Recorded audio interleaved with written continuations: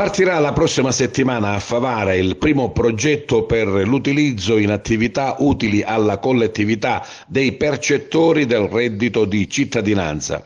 Si tratta dell'applicazione dei cosiddetti PUC, progetti utili alla collettività, e vedrà impegnati 8 cittadini che saranno affiancati in interventi di spazzamento e pulizia agli operatori ecologici in servizio con le ditte che gestiscono la raccolta e lo spazzamento dei rifiuti solidi urbani a Favara.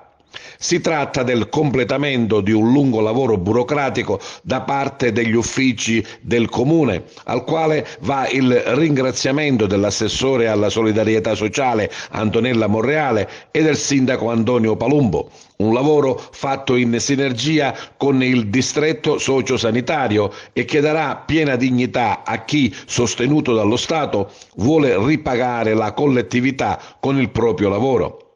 Non è stato semplice per i comuni ottenere questo risultato, spiega il sindaco, a causa di una serie di difficoltà legislative e non solo.